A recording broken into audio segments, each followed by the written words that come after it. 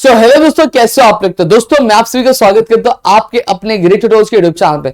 दोस्तों आज हम यहां पे लेकर आ चुके हैं आपका क्वेश्चन नंबर 6B में, सॉरी क्वेश्चन नंबर 6B, जिसमें क्या आपको व्यूज और काउंटर व्यूज है या फिर ड्राफ्टिंग और स्पीच, दोनों ही ऑप्शन में। अब इसमें से कौन सी चीज आपको अटेम्प्ट करनी चाहिए। अब यहां पे अगर मैं बात करूं तो आपको हमारे हिसाब से आपको ड्राफ्टिंग और स्पीच का अटेम्प्ट करना चाहिए, जो आपके लिए ईजी पड़ेगा। ठीक है, अब यहां पे ड्राफ्टिंग और स्पीच आपको लिखना कैसे, चलो बताते हैं।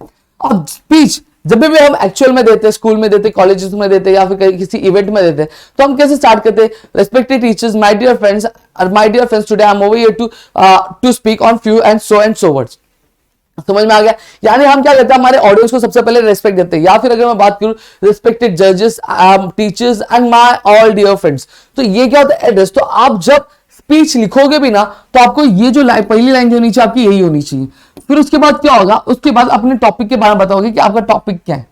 ठीक है, ये आपका पहला पैराग्राफ बन जाएगा। अब दूसरे पैराग्राफ में आप क्या लिखोगे, दूसरे पैराग्राफ में आप टॉपिक के बारे में एक्सप्लेन करोगे। ठीक है, फिर उसके बाद तीसरे पैराग्राफ में आप उससे रिलेटेड प्रॉब्लम्स है, फिर सोल्यूशन है, प्रॉब्लम्स है वो बताओगे, फिर सोल्यूशन क्या होगा वो बताओगे, फिर लास्ट में क्या कंक्लूड करोगे। अब यहां पे एक चीज ध्यान रखना कि आप जब स्पीच लिख रहे हो तो आप उसी तरह से लिखोगे जिस तरह से आप, अगर आपको मौका दिया जाता, अगर आपको इस टॉपिक पे बोलने के लिए, तो आप क्या सारे पॉइंट, क्या सारी चीजें बोलते, किस तरह से बोलते, उसी चीज को ध्यान में रखते हुए कि आपको क्या लिखना है, स्पीच लिखना है। क्योंकि आपको क्या करना है, आपको जो स्टेटमेंट है डायरेक्टली क्या, और ऑडियंस जो है आपकी, उसको क्या एड्रेस करना रहेगा। तो आप ये ध्यान में रखना कि आपको एक्चुअल में क्या करना है, इसको स्पीच जो आपको स्टेज पे खड़े होकर क्या देनी है लोगों को। तो आप क्या सारी चीजें बोलते, किस तरह से बोलते, वही सारी चीजें आपको क्या लिखनी है।